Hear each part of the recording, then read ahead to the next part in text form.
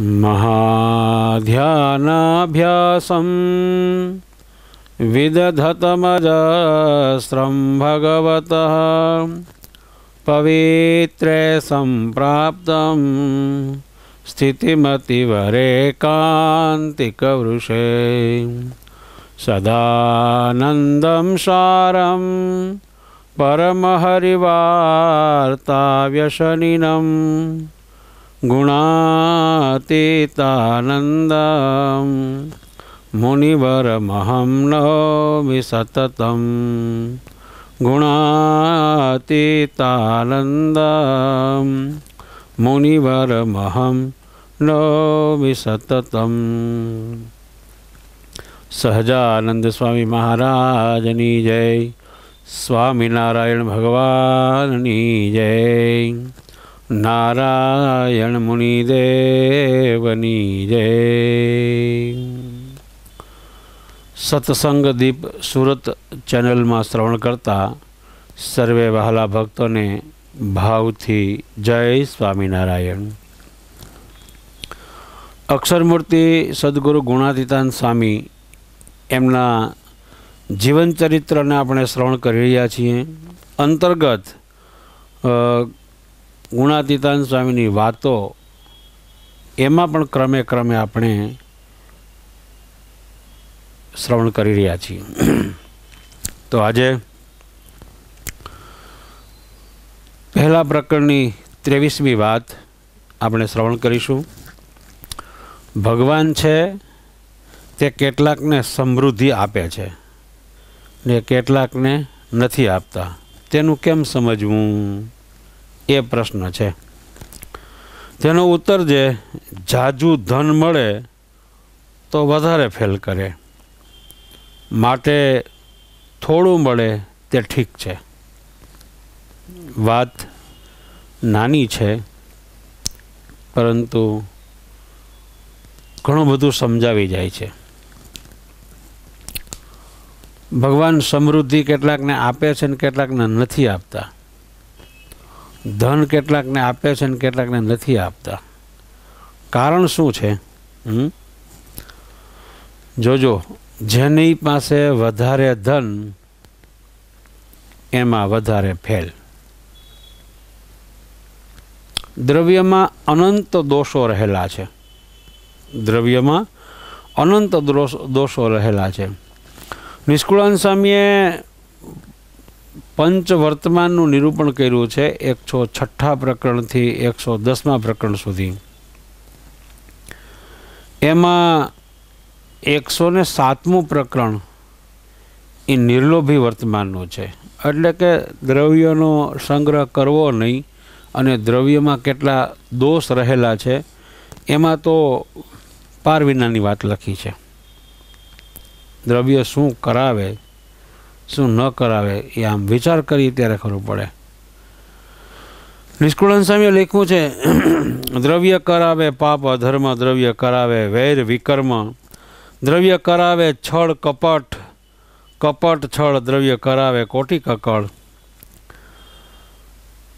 દ્રવ્ય કરાવે દગા દુષ્ટાઈ, દ્રવ્ય કરાવે કામ કસાઈ, દ્રવ્ય કરાવે ઊંચ ને નીચ, દ્રવ્ય કરાવે પાષંડ પેચ, દ્રવ્ય કરાવે જાતિ વિકરા વિરાટ વિટાળ, દ્રવ્ય ચડાવે સાચાને આળ, દ્રવ્ય કરાવે હાલ બેહાલ, દ્રવ્ય કરાવે કૃપણ કંગાલ, દ્રવ્ય કરાવે ચોરી ચાકરી, દ્રવ્ય કરાવે ટેલ આકરી, દ્રવ્ય કરાવે જીવની ઘાત, દ્રવ્ય કરાવે પિંડનો પાત, દ્રવ્ય ન્યાય અન્યાય કરાવે, દ્રવ્ય જૂઠી તે સાંખ ભરાવે, દ્રવ્ય લેવરાવે લાંચ ભાડ, દ્રવ્ય કરાવે રાંકસુ રાયડ,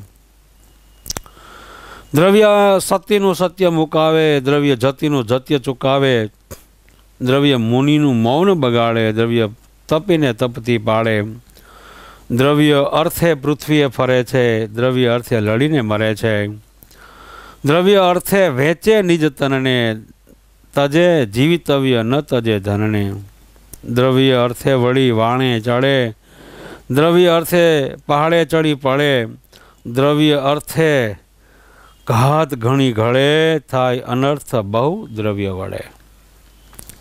દ્રવ્યથી અનેક પાપો થાય છે.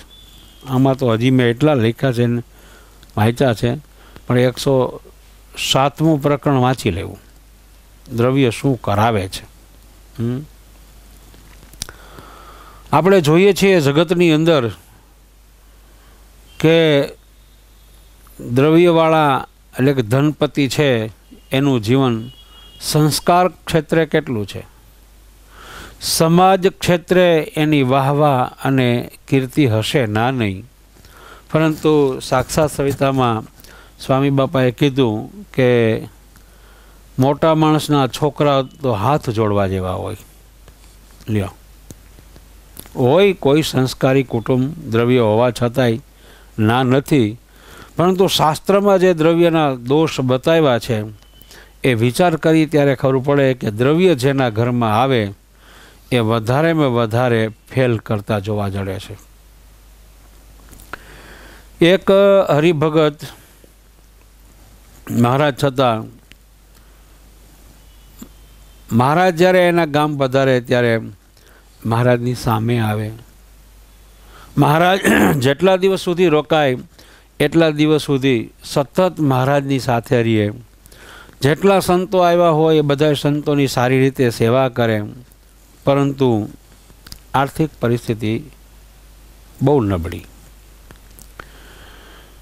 એક દી મુક્તાનંદ સ્વામીને દયા આવી અને મહારાજને પ્રાર્થના કરી, મહારાજ આ બાપડો જ્યારે તમે પધારો છો ત્યારે કેટલો સામે આવે છે, સાથે રહીએ છે, સંતોની સેવા કરે છે, તો થોડીક દયા કરીને એને આર્થિક રીતે સારું કરે તો સારું, એની આર્થિક મૂંઝવણ ટળે તો સારું.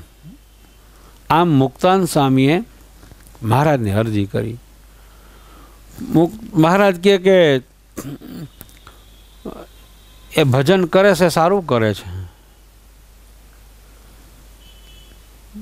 પણ દ્રવ્ય મળશે તો પછી થાહે ભજન? મહારાજ તો કરશે કરશે, એટલી બધી ભાવના છે તો પછી શું એમ. મહારાજ કે સારું. એટલે મહારાજે એની માથે કૃપા કરી, એનો દી બદલો. ધીરે ધીરે ધીરે પરિસ્થિતિ સારી થતી ગઈ. પછી મહારાજ પધાર્યા તો એકવાર સામે આવ્યા, પણ દરરોજને માટે બધા દિવસો રોકાતા હતા અને સાથે રહીને સેવા કરતા હતા. એ સેવામાં કાપ લાગી ગયો. મુક્તાનંદ સ્વામી આમ ઝીણી નજરે જોઈ રાખે શું થાય છે શું નહીં એમ. ત્યારે તો કાંઈ કીધું નહીં. વળી પાછા મહારાજ 4-6 મહિને પાછા પધાર્યા ત્યારે એ સામે ન આવી શક્યો, તેમજ મહારાજની સાથે પણ ના રહી શક્યો અને સંતોની સેવા પણ ના કરી શક્યો અને વ્યવહારમાં મશગુલ બની ગયો, રૂપિયા આવી ગયા.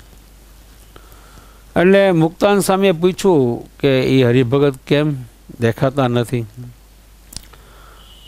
તો કે મહારાજ વ્યવહારે સારું થઈ ગયું છે, એટલે હવે કાંઈ નક્કી નહીં, હમણાં તો મંદિરે આવતા નથી. એટલે મુક્તાનંદ સ્વામીએ મહારાજ સામે જોયું. મહારાજ આ તો ભૂંડું થયું.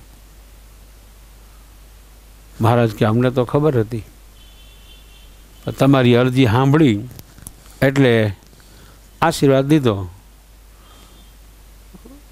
મુક્તાનંદ સ્વામી કે હવે મહારાજ પાછું હતું એવું ભજન કરવું હોય, એને કરાવવું હોય તો શું કરવું પડે?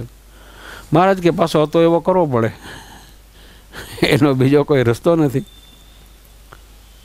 તો એના જીવનું સુધરે એમ કરો મહારાજ, સારું. પછી ધીરે ધીરે પાછી વ્યવહારની પરિસ્થિતિ બદલી, પાછો હતો એવો થઈ ગયો. જ્યારે પરિસ્થિતિ બદલી ગઈ ને પાછો હતો એવો થઈ ગયો, પાછો જ્યાં સુધી સામે આવતો હતો ને ત્યાં સુધી સામે આવવા માંડ્યો. હે મહારાજની સાથે મહારાજ જેટલા દી રોકાય, 5 દી, અઠવાડિયું, 10 દી, 15 દી મહારાજ સાથે જ રહે, સંતોની સેવા કરે. જો ખ્યાલ આવ્યો? મહારાજે આ વાત ગુણાતીતાની સામે બહુ સરસ કરી.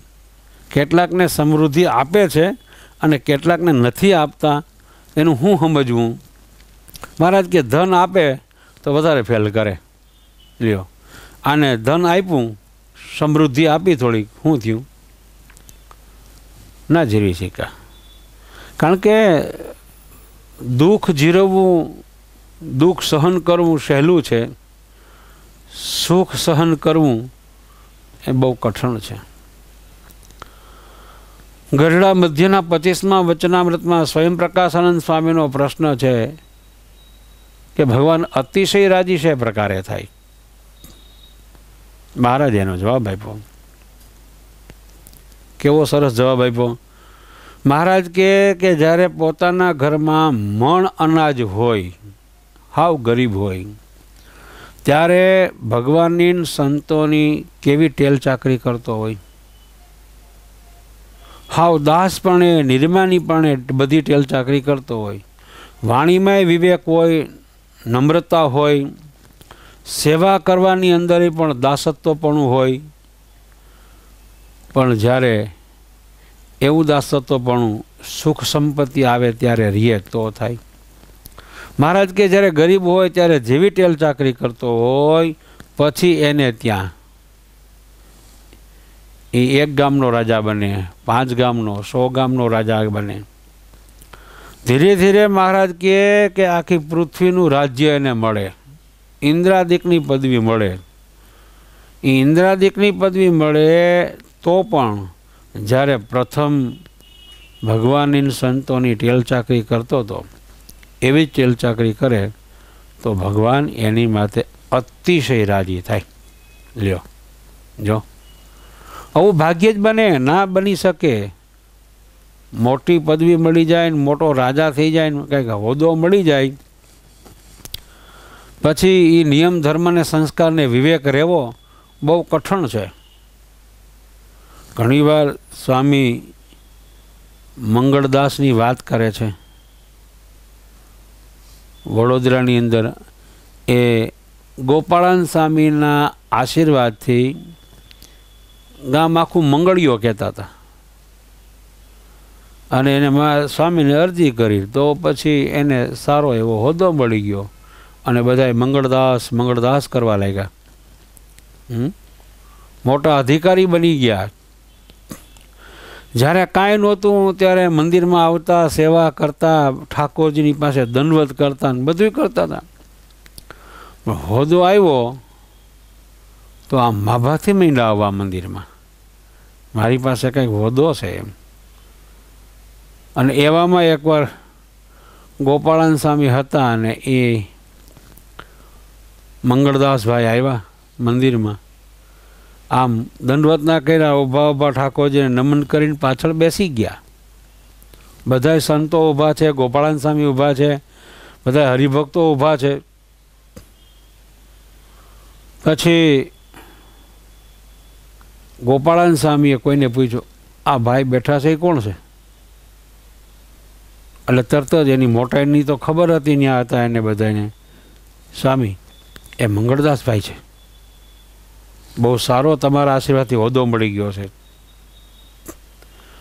સ્વામી કે આ મંગળદાસ છે કે મંગળીઓ? આ બધા ઊભા છે ઠાકોરજી પણ સામે અને એ બેઠો છે ભાઈ કે. જો હોદ્દો આવ્યો, દંડવત ના કરી શક્યા, નમીને સંતોને પગે ના લાગી શક્યા. ગોપાળાન સ્વામીની દ્રષ્ટિ થઈ, કોણ? આ મંગળીઓ. લ્યો, એ મંગળદાસ હતા અને એમાંથી એ ભાઈ પાછા મંગળીઓ થઈ ગયા. બહુ કઠણ છે. રૂપિયા પચાવવા, હોદ્દો પચાવવો બહુ કઠણ છે. જેવી રીતે સંસારી માટે લખ્યું છે એમાં મારે ત્યાગી માટે પણ લખ્યું છે. ત્યાગીને જ્યારે સત્સંગમાં આવે ત્યારે બધાયની ટેલ ચાકરી કરતો હોય, નિર્માનીપણે રહેતો હોય, સેવા ચાકરી કરતો હોય. મહારાજ કે પછી એનામાં ધીરે ધીરે સાધુતાના ગુણ આવે, ધીરે ધીરે ઐશ્વર્ય આવે, સમર્થ મૂર્તિ બને, ઈશ્વરના જેવી સામર્થ્ય આવે. ઈશ્વરના જેવી સામર્થ્ય આવે તો પણ એ ટેલ ચાકરી કરતો રહીએ તો સમજવાનું કે એની માથે ભગવાન અતિશય રાજી થાય. પણ મોટાઈ આવ્યા પછી એવું દાસત્વપણું દાખવવું ઘણું કઠણ છે, ઘણું કઠણ છે. એટલે ક્યારેક મહારાજે આપણને ગરીબ રાખ્યા હોય એ સમજીને રાખ્યા છે. ગરીબ પણ હોય છે આપણામાં, તો આપણે સહેજે સહેજે નિર્માની રહેશું અને ભજન કરી રાખશું. જો સ્વામી બાપા પાસે એકવાર હું બેઠેલો અને સ્વામીને આમ સહજ પૂછ્યું કે આપણે ત્યાં સાધારણ અને ગરીબ હરિભક્તો બહુ આવે, બહુ ધનવાન નહીં, પણ આ બાપડા ભજન બહુ કરે. સ્વામી બાપા અંતરના ઉદ્ગારથી બોલ્યા કે જેટલા ગરીબ હરિભક્તો આપણી પાસે આવે ને એટલી આપણી મોટાઈ છે. જેટલા ગરીબ હરિભક્તો હોય છે ને એ આપણને નિયમ ધર્મ પાળવામાં અનુકૂળ રહેશે અને આપણે જે આજ્ઞા કરશું એની પાસે જે સેવા કરાવી છે એ બધી સેવા આ ગરીબ હરિભગત હશે એ કરશે. અને આપણને જેટલા ગરીબ વાલા લાગે ને એટલા જ આપણે સાધુતાવાળા છીએ. લ્યો જો આ વિચાર કરો, આર્થિક રીતે ગરીબ હોય કે જીવના ગરીબ હોય, બધી રીતે આપણે ઓળખવા પડે. નહીંતર અહીંયા અટાણે વાત કરું છું એટલે જેની પાસે દ્રવ્ય ના હોય, ધન ના હોય એ ગરીબ આપણે ગણીએ છીએ. પણ સ્વામી બાપાની દ્રષ્ટિએ, મોટા સત્પુરુષની દ્રષ્ટિએ સાક્ષાત સવિતામાં ગરીબનો અર્થ એવો કર્યો, સાટું ના વાળે એ ગરીબ. હું સાટું ના વાળે એ ગરીબ. એ સાટું ના વાળે એવો હરિભગત હોય, એવો સાધુ હોય, એનાથી બહુ બીવું થોડુંક અંદરથી. અંદરથી થોડુંક બીવું, ખબર નહીં પડે. જે સાટું નથી વાળતા ને એનું અંતર દુખાઈ જાય ને તો જીવનો નાશ થઈ જાય. ત્યાં સુધી લખ્યું મહારાજે વચનામૃતમાં. લ્યો મહારાજ કે અમે 4 જણાથી અતિશય બી છીએ, ભગવાન, ભગવાનના ભક્ત, બ્રાહ્મણ અને ગરીબ. લ્યો આ ગરીબને સાથે લીધો, 4 જણાથી અતિશય બી છે એમ લખ્યું. લ્યો કારણ કે જો ભગવાન દુખાઈ જાય, ભગવાનના ભક્ત દુખાઈ જાય, કે બ્રાહ્મણ દુખાઈ જાય, કે ગરીબ દુખાઈ જાય તો એના જીવનો નાશ થઈ જાય. એટલે ખબર ના પડે આમાં સાટું ન વાળે એવા કોણ છે, અંદરથી દિલના ગરીબ કોણ છે એ ખબર ના પડે. લ્યો એટલે આર્થિક રીતે ગરીબ હોય તો એ સરસ રીતે સેવા ભજન કરી શકે, અને અંદરથી મુમુક્ષુતા માટે ગરીબ હોય એ પણ ખૂબ ભજન કરી શકે. એની મોટાઈને આપણે ના ઓળખી શકીએ, એ નિર્માનીપણે જ રહેતા હોય, દાસ ભાવે જ વર્તતા હોય. લ્યો મહારાજે આપણને ગરીબ રાખ્યા છે એ આપણા સુખ માટે છે. સમૃદ્ધિવાળા મહારાજને ગમતા નથી હો, અધિકારવાળા મહારાજને ગમતા નથી. વરતાલના 16મા વચનામૃતમાં શોભારામ શાસ્ત્રીએ પ્રશ્ન પૂછ્યો, મહારાજ તમે કોઈ મોટા માણસને ચમત્કાર બતાવો તો સત્સંગમાં ઘણો સમાસ થાય. હું પ્રશ્ન પૂછ્યો કે તમે કોઈ મોટા માણસને ચમત્કાર બતાવો, એટલે મોટો માણસ તમારે ત્યાં આવે તો એની વાંહે બીજા બધા આવે, ચમત્કાર બતાવો તો બધા વધારે સત્સંગ થાય. એમ મહારાજે શું જવાબ આપ્યો? મહારાજ કહે કે મોટા માણસ સાથે અમારે બને નહીં. મોટાને રાજનો અને ધનનો મદ હોય, અમારે ત્યાગનો અને ભક્તિનો મદ હોય. આમાં કોઈ કોઈને નમી ના દે, કારણ કે બેયને મદ છે, મદે મદ અથડાય, કાં અહંકારે અહંકાર ટકરાય. એમને આ લોકના સંપત્તિ અને સત્તાના અભિમાન છે, જ્યારે મહારાજ કે અમને ત્યાગનો અને વૈરાગ્યનો અહંકાર છે, એટલે કોઈ કોઈને નમી ના દે. લ્યો હંમેશાને માટે ભગવાન ભજવામાં અનુકૂળ હોય એવાની સાથે આપણને રુચિ થવી જોઈએ. ગરીબ હોય તોય ભલે, શાહુકાર હોય તોય ભલે, પરંતુ મહારાજને અંતરમાં એમ જ છે, મોટા માણસને ઘેરે ભજન થાય નહીં, નિયમ ધર્મ પડે નહીં. જેટલા જેટલા મોટાના યોગમાં આવે છે એના નિયમ ધર્મને ઘસારો આવે છે, એના વર્તમાનને ઘસારો આવે છે, એને ભજન ભક્તિમાં ઘસારો આવે છે. લ્યો, એટલે મહારાજે ગરીબ રાખ્યા છે એ સમજીને રાખ્યા છે.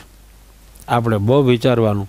કોઈ દી એટલે કોઈ દી આ લોકની સંપત્તિ કે સત્તા ન મળે અને માંડ ખાવા પૂરતું મળતું હોય, મૂંઝાવાનું જ નહીં. લ્યો, મૂંઝાવાનું જ નહીં. જો ગોપાળન સ્વામીને દ્રષ્ટિ લ્યો જી, ગોપાળન સ્વામીને મહારાજે એક દી કીધું કે તમને અમે જન્મ ધરવાનું કહીએ તો તમે ક્યાં જન્મ ધરો?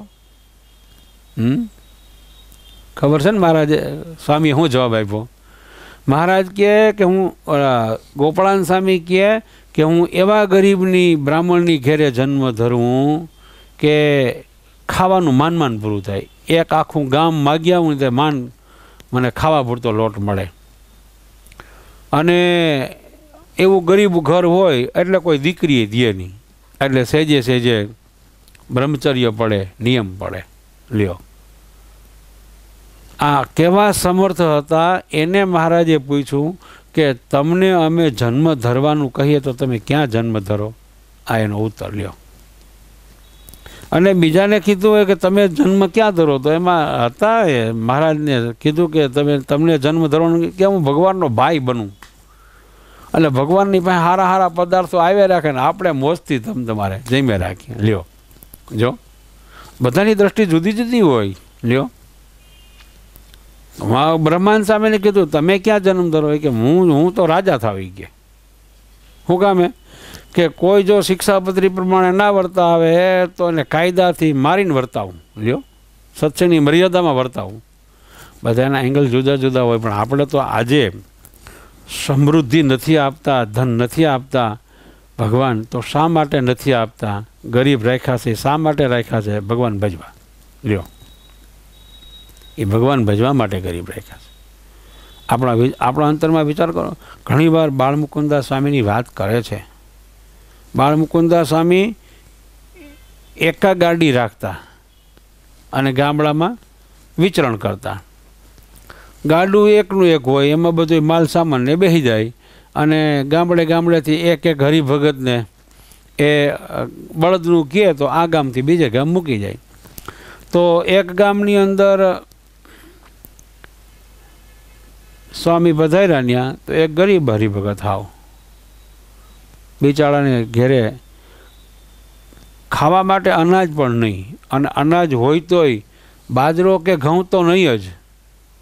એની ઘેરે હતી તો એક ખોરી જુવાર હતી. જુવારના રોટલા ખાતા હતા પણ એ ભાઈ ખોરી હતી. લ્યો, આવી ગરીબ પરિસ્થિતિ હતી, પણ સેવા એની ગજબ હો. મંદિર દરરોજને માટે વારે, કચરા પોતા કરે, ગોળીથી માંડીને પોઢણિયા સુધી સભામાં બેહે, સવારમાં વહેલા આવીને ભજન કરે, પૂજા કરે, આમ ખરેખરી ભક્તિ કરે. ગરીબ હતા એટલે બાળમુકુંદાસ સ્વામી ત્યાં પધાર્યા અને બાળમુકુંદાસ સ્વામીને કોઈ પ્રાર્થના કરી, કે ગરીબે પ્રાર્થના કરી કે સ્વામી દયા કરો, કંઈક વ્યવહાર સારો થાય. એટલે રોજની સેવા અને ભજન ભક્તિ જોઈને સ્વામીને થોડીક દયા આવી. એટલે સ્વામીએ કીધું એને કે ઘેરેથી લોટ લેતો આવી, એક વાટકો એક લોટ લેતો આવી. હવે ઘેરે તો ગયો, પણ લોટ કેમ દેવો? કારણ કે બાજરાનો લોટ હતો નહીં, ઘઉંનો લોટ હતો નહીં, હતો એ જુવારનો, ખોરી જુવારનો લોટ હતો. કે આવો સ્વામીને કેમ દેવો એમ, એટલે સંકોચ પામતો હતો. એટલે એમને પાછો આવ્યો. સ્વામી કીધું કેમ લોટ ના લેવો? કે સ્વામી બાજરાનો કે ઘઉંનો લોટ નથી, છે એ ખોરી જુવારનો લોટ છે. અરે ભલા માણા, ઘરમાં જે હોય ને, તમે જે જમતા હો ને એ લેતા જા. એને હળવો કરી દીધો. એટલે પછી ઘેરે ગયો અને પોતાને ઘરે જે લોટ હતો એ લઈ આવ્યો. અને સાધુને કીધું સંતોને કે આનો રોટલો બનાવો, ઠાકોરજીના થાળમાં ધરજો, અને જેટલા સંતો છે એ બધાને એ રોટલાનો થોડો થોડો ટુકડો આપજો. લ્યો, એ લોટ લેવા, રોટલો કર્યો, ઠાકોરજીને ધર્યો. જમવા ટાણે બાળમુકુંદા સ્વામીએ બધાએ સંતોને કીધું કે આજે એ હરિભગતનું બધાએ દારિદ્ર ખાઈ જવાનું છે. એમ કહીને એ રોટલો બધાને થોડો થોડો આપ્યો, અને બધા સંતો જમ્યા ને એનું દારિદ્ર ગયું, ખાઈ ગયા બધા. લ્યો સંતો, હો, ધીરે ધીરે ધીરે એનું આખું જીવન બદલતો ગયો, હો, વ્યવહાર બદલતો ગયો. સ્વામી તો ત્યાંથી જતા રહ્યા. 2-4 વર્ષ પછી સ્વામી પાછા આવ્યા. ત્યારે જે હરિભગતને આશીર્વાદ આપ્યો હતો એ હરિભગતને વિશે હરિભક્તોને પૂછ્યું કે ફલાણા હરિભગત કેમ દેખાતા નથી? સ્વામીને પધાર્યા, રોજ જોવે, સાંજે એ ના દેખાણા, સવારે ના દેખાણા, 1 દી ગયો, 2 દી ગયા તો એ હરિભગત દેખાય નહીં. એટલે સ્વામીએ પૂછ્યું કે આ હરિભગત કેમ દેખાતા નથી? અરે સ્વામી, એને તો ગામધૂન ખેતી છે, ગામધૂન સારામાં સારા મકાન થઈ ગયા, તમારી દયાથી બહુ સારું થઈ ગયું છે. સ્વામી કે સમાચાર દેજો કે તમારા ગુરુ આવ્યા છે, આવો દર્શને. એમ બરાબર ચોમાસાની સિઝન હતી અને વાવણીના કામ ચાલતા હતા, વાવવાના. આને તો સરસ મજાની ખેતીને બળદને બધી બહુ જાહો જલાલી થઈ ગઈ હતી. એટલે પ્રવૃત્તિમાં એટલા બધા પડી ગયા, વ્યવહારમાં એટલા બધા પડી ગયા કે સ્વામીએ સમાચાર 1 વાર દીધા, 2 વાર દીધા, આવ્યા જ નહીં, ન આવી શક્યા, નીકળી ના શક્યા. આવું છું એમ કીધે રહ્યા પણ જઈ ના શક્યા. સ્વામીને જ્યારે ત્યાંથી નીકળવાનું થયું ત્યારે સ્વામીએ હરિભક્તોને કીધું કે ભાઈ એકા ગાડી અમારી પાસે છે, કોઈ બળદ લઈને અમને ફલાણે ગામ મૂકીએ. સ્વામી એ હરિભક્તને 4 જોડી બળદ છે, એને 4 હાથીની ખેતી છે, 4 જોડી બળદ છે. સ્વામી એને પાછું સમાચાર દીધા કે સ્વામીને આ ગામથી બીજે ગામ જવું છે તો એક બળદને મોકલો ને, એટલે એ સ્વામીને મૂકી આવે ને. એમ તો કે અટલે ખેતીનું કામ હાલે છે ને એક બળદને કાંધ પડ્યું છે અને હવે નહીં નીકળી શકે. કેના આશીર્વાદથી સુખી થયા છે એને ખબર ના રહી, કેવી ગરીબ પરિસ્થિતિ હતી એ ભૂલી ગયો, અને સ્વામીને માટે એ બળદ ના આપી શક્યો ને દર્શનય ના આવી શક્યો. સ્વામીનું અંતર દુખાણું. પછી તો બીજા હરિભક્તે બળદ આપ્યો અને સ્વામી બે જતા રહ્યા. પરંતુ સ્વામીનું અંતર દુખાણું એટલે એની પાછી વ્યવહારની પડતી થઈ. લ્યો, વ્યવહારની પાછી પડતી થઈ અને ધીરે ધીરે થતા હતો ત્યાં પાછો પહોંચી ગયો. લ્યો, જોયું ક્યારે ભજન કરતો હતો એ હરિભગત? ક્યારે ભજન કરતો હતો? હાવ ગરીબ હતો તો, ધન નહોતું તો, ત્યારે શાંતિથી ભજન કરતો હતો. સવારે છે 2 ટાઈમ આવે, ફૂલ ટાઈમ સભામાં હાજરી આપે, શાંતિથી એ સવારમાં પૂજા પાઠ ને બધું થતું હતું. પરંતુ સમૃદ્ધિ આવી, ધન સંપત્તિ આવી, ખલાસ. લ્યો, ભજન ટળી ગયું. જોયું? એટલે આ વાતને આધારે આપણે વિચાર કરો કે ભગવાને આપણને ગરીબ રાખ્યા છે, ધન નથી આપ્યું, શા માટે? ભજન કરવા માટે ગરીબ રાખ્યા છે, એ સમજી રાખ્યા છે. જો વધારે આપ્યું હોત તો ફેલ વધારે કરત. માટે જે મળે, જે થોડું મળે છે તે ઠીક છે એમ સ્વામીએ કીધું. લ્યો, અત્યારે તો બધા એમ જ માને છે પૈસો હોય તો જ તમારી કિંમત. લ્યો, ઘણી વાર ઓલી વાત હરિલામૃતમાં છે અને બધે છે, લક્ષ્મી વિનાનો લપોડ, ગોપાલ ગોધેને ચારતો, આજ થઈને બેઠા રણછોડ, ઓલો મેરામણ મથા પછી. એ જ્યારે ગોવાળિયા તરીકે ફરતા હતા શ્રી કૃષ્ણ ભગવાન, ત્યારે બધા તો કાંઈ નહીં, એને ગણતરીમાં કાંઈ નહોતી. અને જે દ્વારકાના રાજા બની ગયા ત્યારે રણછોડ રાય કહેવાય ગયા. લ્યો,